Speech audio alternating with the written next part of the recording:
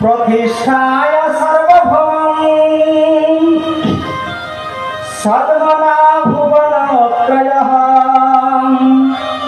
पूजादिनां ब्रह्मलोकं त्रिभिर्मत्संयोतामिया। प्रतिष्ठाय सर्वभौम, যিনি আমাকে প্রতিষ্ঠা করবে, বিগ্রহ প্রতিষ্ঠা করবে, তিনি আর পরজন্মে সার্বভৌম চক্রবর্তী সম্রাট রাজা হবে। বুঝতে পেরেছেন কিছু কি বলছে ভাগবত?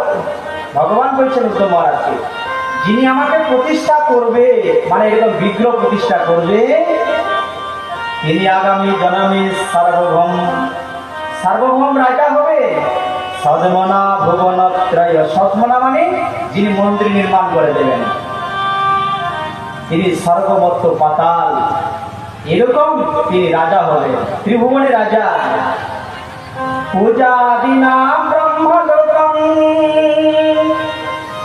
যে ভগবানের সেবা পূজার ব্যবস্থা করে দেবে,